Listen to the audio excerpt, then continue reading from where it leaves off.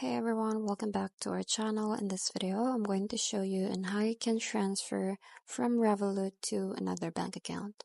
So first, you just have to open your Revolut account, and then from here, you just have to go to the transfer in the middle. Now once you click on that one, you will just have to tap on the new and with the plus icon at the top right corner, so click on this one.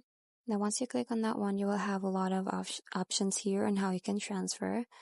But what you're going to do is just tap on the bank recipient since we're going to be transferring money to another bank account. So go ahead and tap on bank recipient.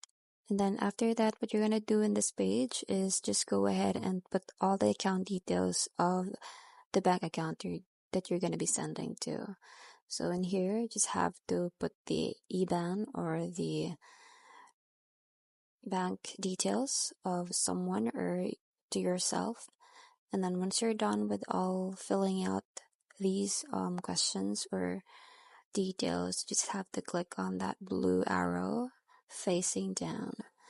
And then you just have to put here or type in the amount of the money that you're going to be sending to another bank account. And then tap on continue. And that's it. I hope you find this video helpful. Thanks for watching, and I'll see you in my next one. Bye!